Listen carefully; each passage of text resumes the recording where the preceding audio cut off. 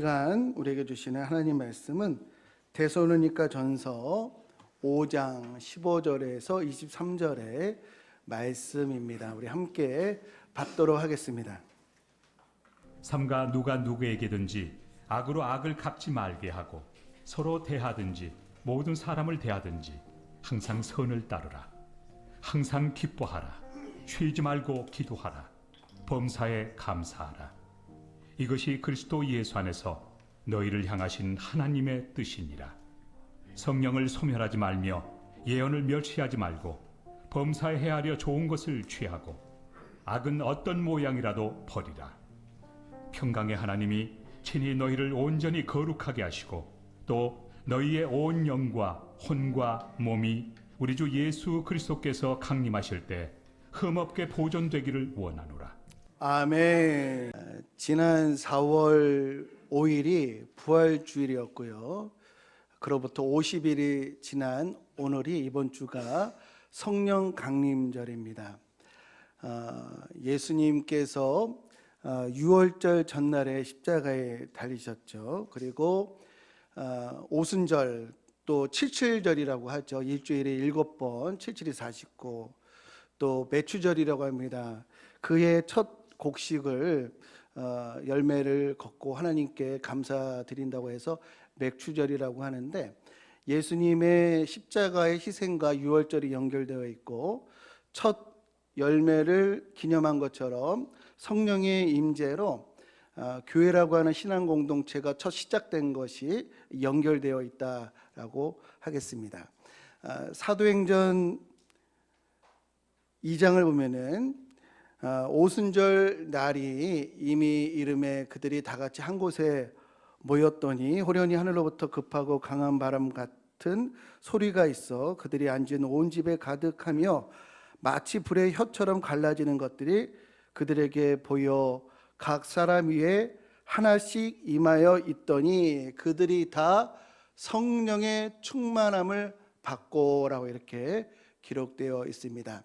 오순절 때 마가의 다락방에 120명의 제자들이 있었는데 그들에게 성령이 임재하셨고 성령 충만함을 받고 담대히 세상을 나가서 예수님의 십자가의 죽음과 부활을 그들이 제자들이 전했을 때 그 복음을 듣고 회개하고 수천 명이 회개하고 돌아오는, 그래서 초대교회가 불이 뜻 일어나게 되었습니다. 이러한 변화의 시작이 바로 성령의 임재였습니다. 그런데 초대교회가 성령을 체험한 이후에 아주 어려운 신학적인 과제를 안게 되었습니다.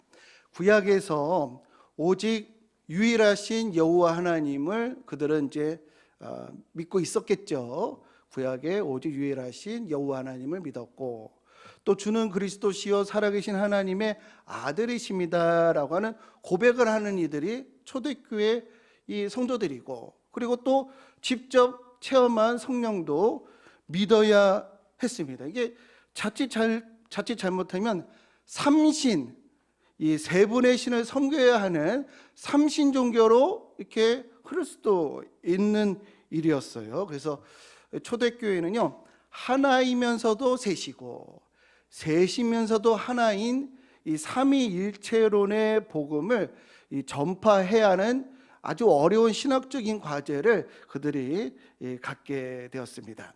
이 복음을 전하려고 하면은 설명을 해줘야 되잖아요. 또 설교를 해야 하는데 이 신비 앞에서 이 설명의 한계, 이해 장벽을 만나게 되었습니다.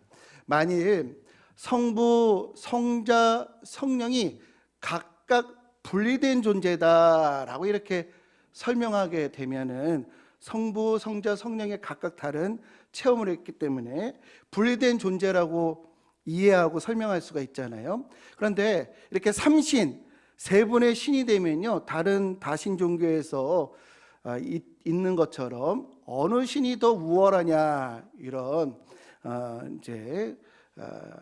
설명이 이제 침투할 수 있겠고요. 그러나 이제 구약에 충실하기 때문에 하나님은 유일하시다라고 하는 그런 기준을 잡게 되면 성자는 하나님이 아니라 신에게 가장 가까운 사람 이렇게 신성을 부정하게 되고요.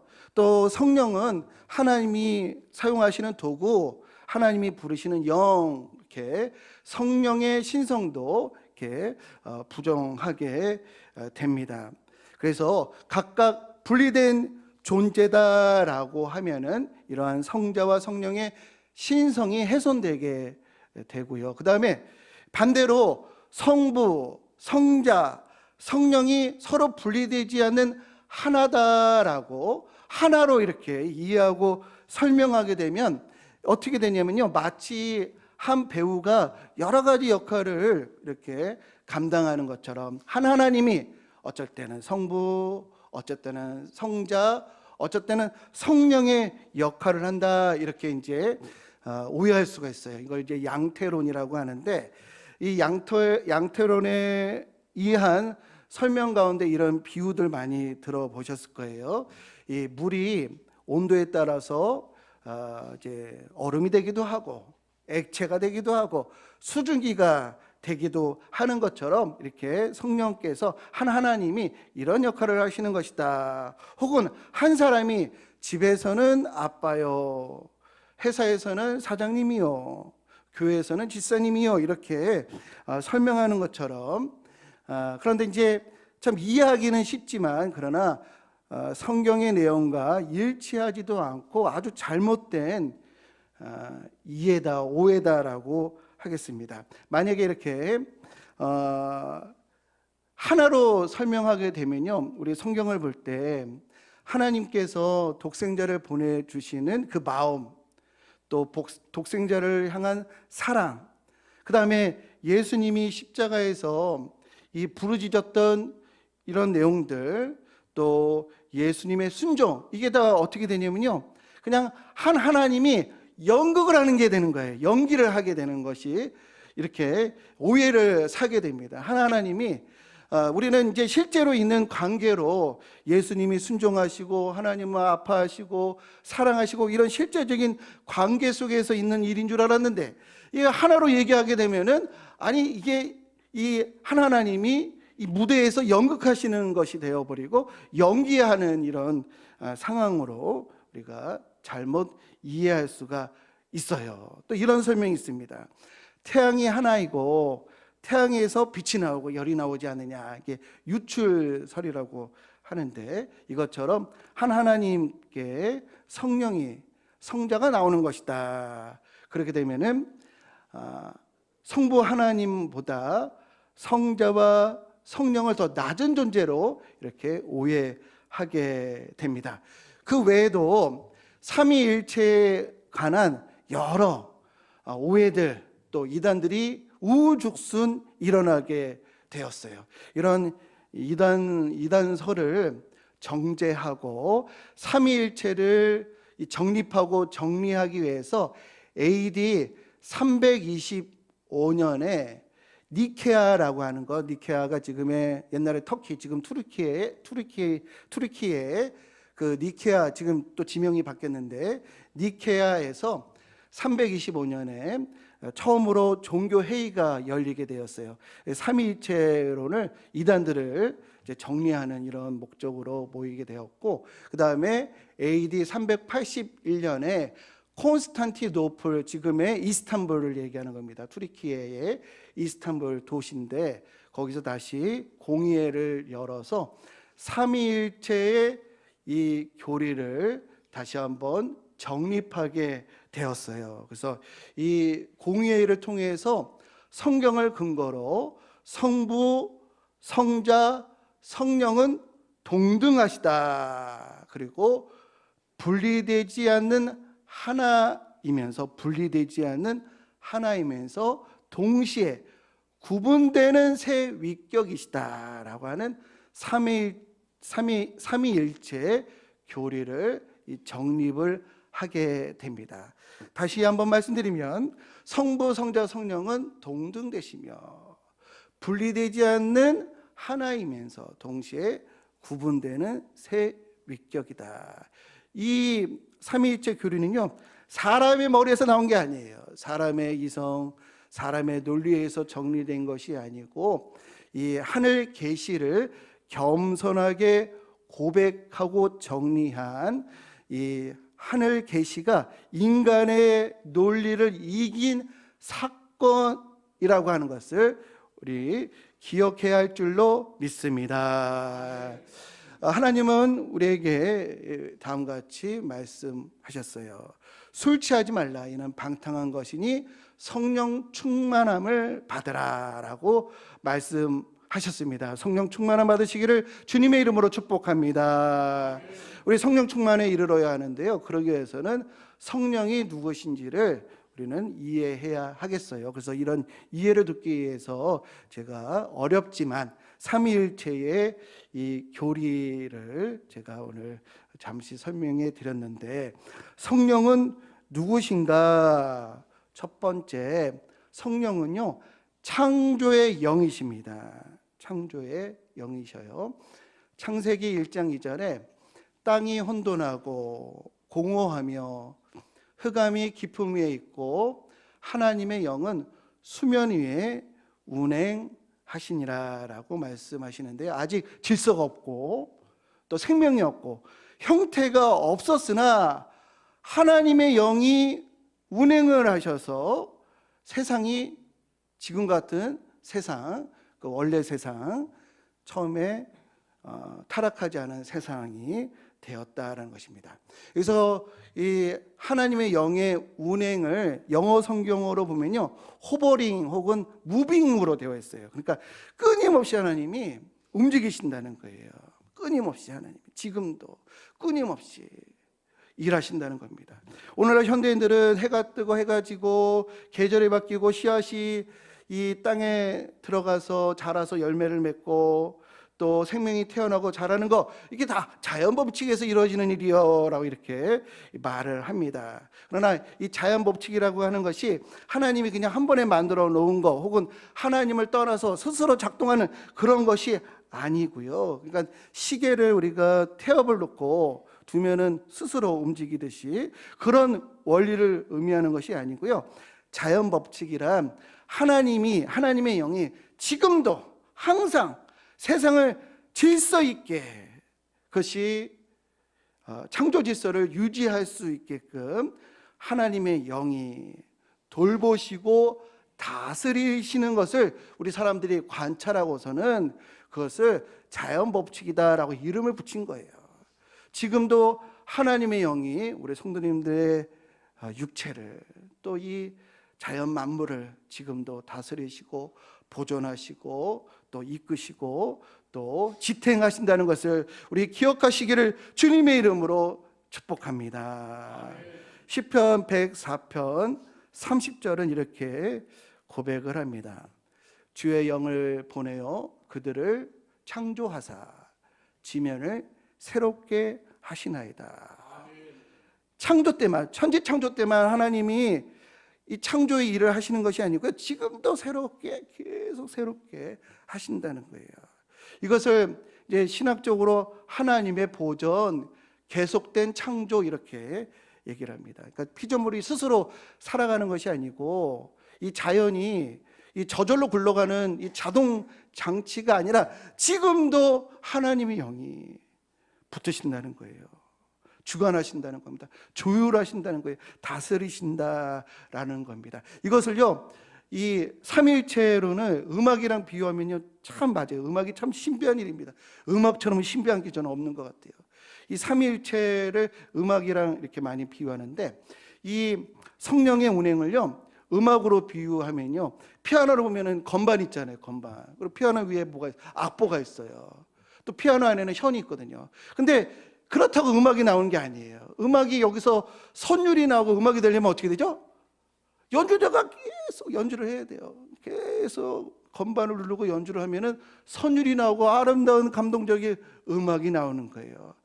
자연이 자동적으로 굴러가는 것이 아니에요. 하나님의 아름다운 창조 질서가 이것이 계속해서 운행되도록 이 성령께서 계속해서 연주하시기에 지금도 이 계절이 바뀌고 우리가 음식을 먹고 이것이 피가 되고 눈을 맑게 하고 기력을 갖게 하고 또 이 세상의 수많은 일들이 아름답게 질서 있게 움직인다는 것을 믿으시기를 주님의 이름으로 축복합니다.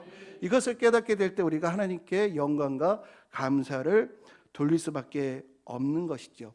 성령은요, 성령 충만은 이 특별한 은사, 신비한 체험이 아니고요, 이 세상을 영적인 눈으로 바라보는 거예요. 아, 이게 우연이 되는 것이 아니구나.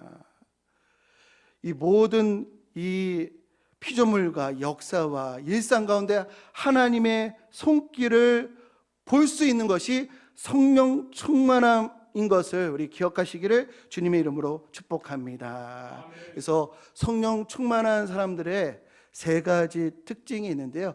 첫 번째, 항상 기뻐한다는 거예요.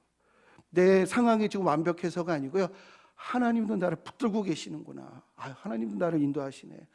그때 나를 도와주셨네. 그 위험에서 나를 붙들어 주셨네. 이렇게 하나님의 영이 나와 함께 하신다는 것을 믿기에 우리가 항상 기뻐할 수 있게 되는 줄로 믿습니다. 또한 쉬지 않고 기도하게 돼요. 성령 충만함을 받는 이들은. 왜냐하면 성령께서 나를 도우신다는 것을 의지하기 때문에, 하나님 오늘도 나를, 성령 하나님 오늘도 나를 도와주세요. 하나님 지혜 주세요. 오늘도 죄에 빠지지 않게 해주세요. 라고 우리가 기도하게 되는 줄로 믿습니다. 범사에 감사하게 되는 줄로 믿습니다. 모든 일들이 우연이 아니라 하나님의 섭리와 성령의 돌보심이 있구나 라고 하는 것을 발견하게 되기에 우리는 범사에 감사하게 되는 줄로 믿습니다. 성령은요, 창조의 영이십니다. 두 번째, 성령은 진리의 영이십니다. 성령은요, 사실과 진실과 함께 하시지 거짓, 가짜와 함께 하시지 않는데, 그래서 성령께서 함께 하셔서 기록된 것이 바로 성경이에요. 이 하나님이 역사에 개입한 일은 이례적인 사건입니다. 하나님이 홍해를 가르시고 만나와 외출하기를 공급해 주시고 불기둥 구름기둥으로 여러 가지 이스라엘 역사 가운데 하나님이 개입하신 일들은 이례적인 사건이고요. 또 예수님이 이 땅에 오신 것도 이례적인 사건이에요. 이것이 잘 보존되어야 하거든요. 그 사건 그대로, 사실 그대로 올바르게 이렇게 보존되게끔 하는 그 하나님의 일하심, 그것이 바로 성령의 영감인 거예요. 그래서 이 성령께서 이 하나님이 하신 일들을 그대로 담기게 하셨는데, 요즘 이런 콘텐츠들이 이렇게 이제 고개를 들어요. 심심하면 이렇게 계속해서 나와요.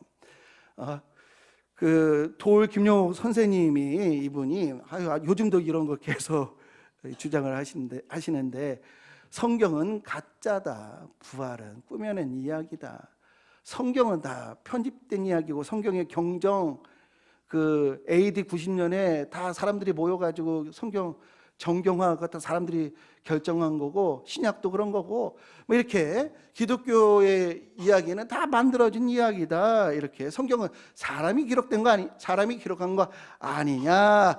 맞습니다. 성경은 다 사람이 기록한 거예요. 바울이 기록했고 요한이 기록했고 그 외에 많은 제자들, 선지자들이 다 기록한 거예요.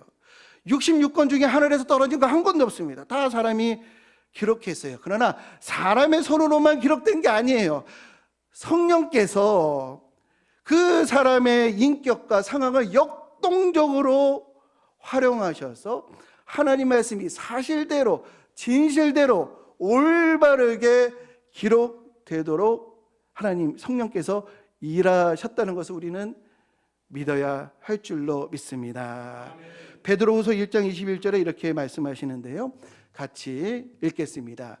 예언은 언제든지 사람의 뜻으로 낸 것이 아니요 오직 성령의 감동을 받은 사람들이 하나님께 받아 말한 것임이라. 아멘. 성령을 인정하지 않으면요, 돌 김용옥 같은 학자들의 주장에 넘어갈 수가 있어요. 그렇지, 사람 있었지, 상황이 그렇지, 이렇고 저렇고 하지. 성령을 무시하면요, 성령을 소멸하면요, 이 하나님의 말씀을 멸시할 수가 있다는 거예요. 돌 김용옥은 신을 믿는 사람입니다. 이분은 신학 공부를 했어요. 한신대학에서 신학을 공부하다가 도중에 중퇴하기는 했지만 신을 믿는 사람이에요. 철학자의 신이긴 하지만, 그러나 성령을 소멸하는 사람이에요. 성령을 소멸하면 안 되는 줄로 믿습니다. 성령은요, 사실과 진실 위에 역사하셔요. 그래서 누가복음 1장에 이런 말씀이 있습니다. 누가가 우리 중에 이루어진 사실에 대해서 내가 정확하게 기록하기 위해서 처음부터 목격한 그대로 그 내력을 저수로 하려고 했고, 이 모든 일을 근원부터 자세히 기록할 수 있게끔 성령께서 영감을 주시고 도와주시고 그 손을 붙들어 주셨다라고 하는 것을 우리 믿으시기를 주님의 이름으로 축복합니다. 아주 오래전부터 있었던 주장이긴 한데 요즘 또 이런 주장이 고개를 또 들더라고요. 무슨 뭐냐면 노아의 홍수 이야기가, 봤더니 성경이 기록되기 훨씬 전부터 노아의 홍수 비스무리한 그런 홍수 이야기가 이 수메르 고대 문헌에서, 이 바벨론 고대 문헌에서 발견이 된다는 거예요. 홍수 이야기가요. 이게 뭐야? 아니, 이런 홍수 이야기가 성경에만 있는 게 아니라 그 훨씬 전부터 있었네. 성경이 이런 내용들을 카피한 거네. 이것을 그냥 베낀 거네. 이렇게들 우리 젊은이들이 그렇게 이해하고 넘어가는 경우가 있어요. 근데 놀랄 일이 아닙니다. 사실이라고 한번 생각해 보세요. 노아의 홍수가 사실이라고 한다면 그 노아의 홍수 이후에 노아의 그 후손들이 이 엄청난 사건을 자녀들에게 이야기로 전해줬을까요? 안 전해줬을까요? 우리 성도님들, 우리 어머님들 다들 그 6.25 전쟁 경험하시고는 우리 자녀들에게 6.25 전쟁 얘기를 하시던가요? 안 하시던가요? 6.25 전쟁 얘기를 다 들어보셨을 거예요. 저도 저희 부모님께 들었고, 이게 잊혀지니까 어떻게 하죠? 글로 남기게 되는 거예요. 다 성경은요, 전승으로 이어졌어요. 그러다가 어느 정도 이게 한계가 있다 보니까 글로 남게 된 것입니다. 그래서 고대 문헌에 나온다는 것은, 이 대홍수가 공통적으로 인류에게 기억되었구나. 그래서 공통적으로 전승이 된 흔적이구나. 성경이 사실이라고 믿게 되면 나머지가 이해되고 설명이 될 수가 있어요. 그래서 우리 고대 교부들이 믿으면 이해할 수 있다, 이런 말을 한 것입니다. 그래서 이 고대 문헌을 보면요, 이 대홍수 이야기가 신들이 인간들이 시끄러워서 그냥 홍수로 다 밀어버렸다, 이렇게 전승으로 남아요. 그러나 성령께서 감동을 주셔서 그때 일을 정확하게 기록하셔서요, 대홍수가 인간의 죄와 부패 때문에 그러하다. 죄를 심판하시되 하나님이 노아와 언약을 맺으시고 구속사를 이어가셨다라고 정확하게 성경에 기록되었음을 우리 믿으시기를 주님의 이름으로 축복합니다. 그래서 성령 충만한 사람은요, 또 성령 충만함에 나아가기 위해서는요, 성경을 가볍게 여기는 게 아니에요. 성령 충만한 사람, 성령 충만함으로 나아가는 사람은요, 성경의 약속들을 멸시하지 않습니다. 반드시 성경의 모든 예언들이 반드시 실제가 되고 또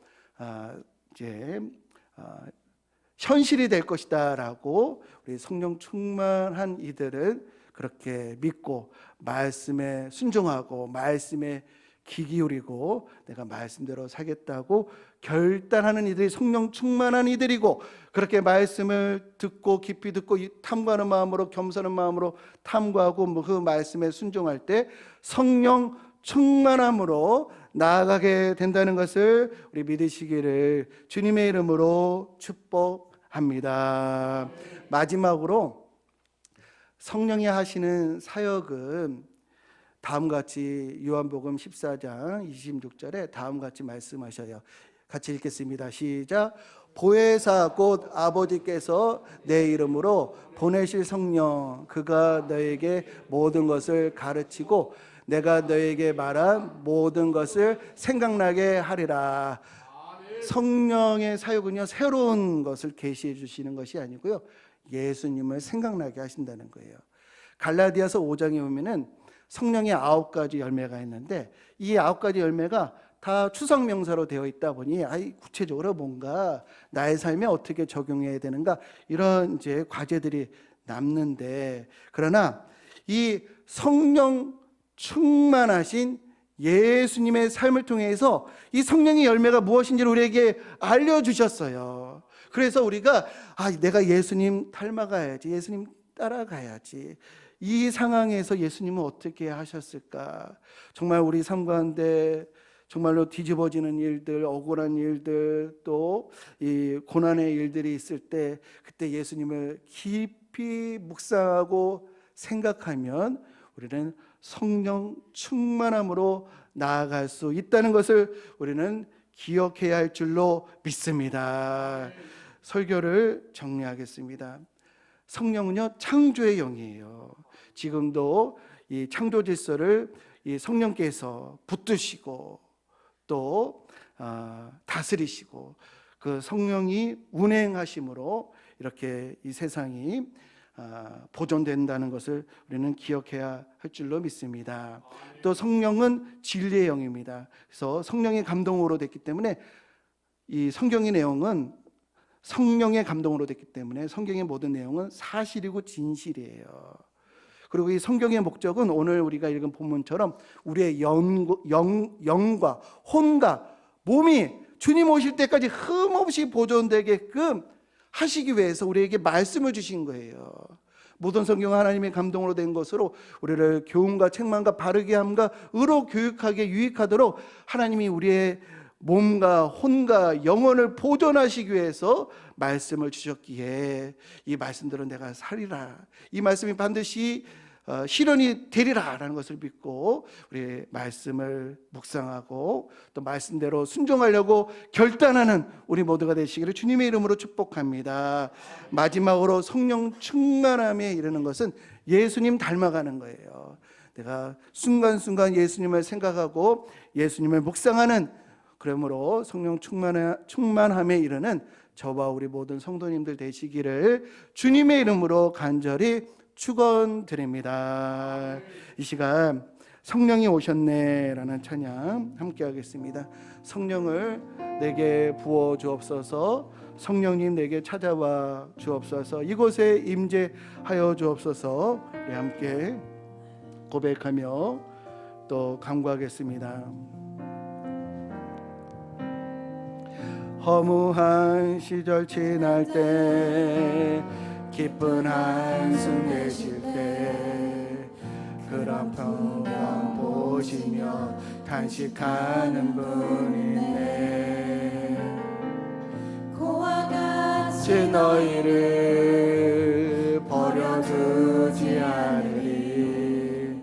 내가 너희와 영원히 함께하리라.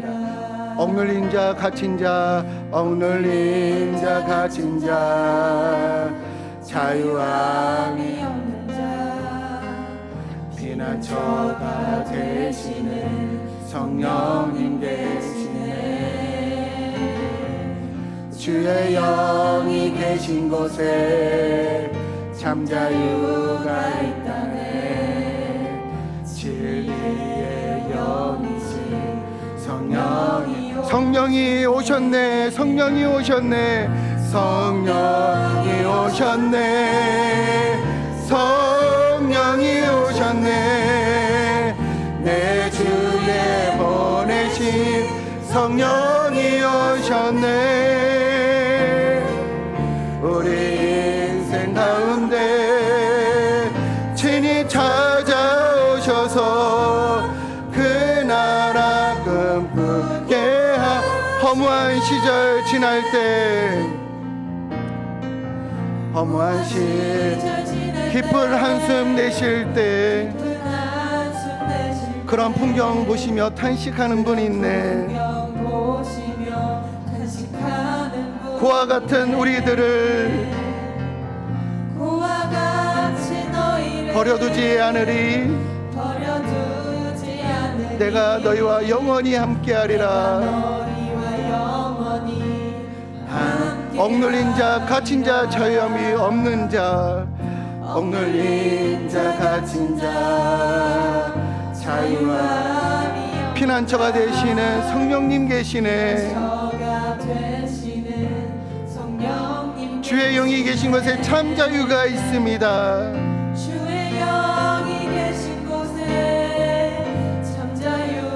진리의 영이신 성령님을 우리 찬양합시다.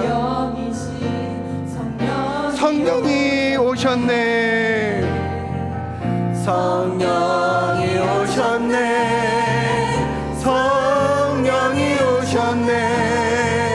내 주에 보내신 성령님 오셨네. 우리 인생 가운데 친히 찾아오셔서 그 나라 꿈꾸게 성령이 오셨네. 우리 다 함께 일어나셔서 찬양하겠습니다. 성령이 오셨네. 성령이 오셨네. 내 주에 보내신 성령이 오셨네. 우리 인생 가운데 친히 찾아오셔서 그 나라 꿈꾸게 하신 성령이 오셨네. 성령이 오셨네. 성령이 오셨네. 내 주에 보내신 성령이 오셨네. 우리 인생 가운데 친히 찾아오셔서 그 나라 꿈꾸게 하시네. 성령 충만은 신비한 사람이 되는 것이 아닙니다. 성령 충만은 예수님을 닮아가는 것입니다. 이 시간 우리 간구하기를, 성령님 내게 오셔서 내 생각을 새롭게 하시고 내 믿음을 진리 위에 세우시고 내 삶이 예수님의 성품을 담게 하옵소서. 이 시간 우리 주의 이름 부르며 성령님을 우리 간구하며 우리 성령님을 초대하며 우리 다 함께 우리 간절히 주의 이름 부르며 기도하겠습니다. 주여, 창조의 영이시고 진리의 영이신 하나님, 지금도 우리와 함께 하셔서 우리의 삶 가운데 임재해 주시고 우리를 돌보시고 우리를 붙드시고 하나님 우리를 도와주시는 우리 성령 하나님이 우리 가운데 계시기에 우리가 항상 기뻐하고 쉬지 않고 기도하고 범사에 감사할 수 있게 되는 줄로 믿습니다. 우리의 생명과 일상과 역사를 주관하고 계시는 우리 성령 하나님을 우리가 믿사오니 우리에게 성령 충만함으로 함께하여 주옵소서. 하나님 항상 기뻐하고 쉬지 않고 기도하고 범사에 기도함으로 성령 충만함으로 나아가게 하여 주옵소서. 거짓과 혼란이 많은 이 시대 속에서 하나님 진리의 성령께서 함께 해주셔서 하나님 진리의 말씀이 우리에게 들리게 되었으니 그 말씀을 하나님 우리 삶 가운데 적용하고 이 말씀이 모든 예언들이 반드시 이루어진다는 것을, 반드시 실제가 되고 현실이 된다는 것을 믿게 하여 주옵소서. 불신앙적인 소리에 흔들리지 않게 해주시고 성령을 소멸하지 않게 해주시고 예언을 멸시하지 않도록 주여 인도하여 주옵소서. 하나님 성령께서 우리 안에서 하나님의 말씀, 예수님의 말씀, 예수님의 인격 하나님 생각나게 하여 주옵소서. 순간순간 예수님을 묵상하고 억울하고 슬프고 괴롭고 하나님 우리 인생에 수많은 일들이 있을 때마다 예수님을 묵상하고 예수님을 깊이 생각하여서 성령 충만함으로 예수 그리스도의 성품으로 나아가는 저희 모두가 될 수 있도록 인도하여 주옵소서. 이제는 우리 주 예수 그리스도의 은혜와 세상을 창조하시고 다스리시는 하나님 아버지의 크신 사랑과 창조의 영이시며 진리의 영이시고 예수 그리스도를 늘 우리가 묵상하도록 인도하시는 성령 하나님의 임재와 교통 인도하심이 내가 성령을 소멸하지 않고 예언의 말씀을 멸시하지 않고 예수 그리스도의 성품을 닮아가리라 결단하는 모든 성도들 머리머리 위에 이제부터 영원토록 함께 하시기를 간절히 축원하옵나이다. 아멘.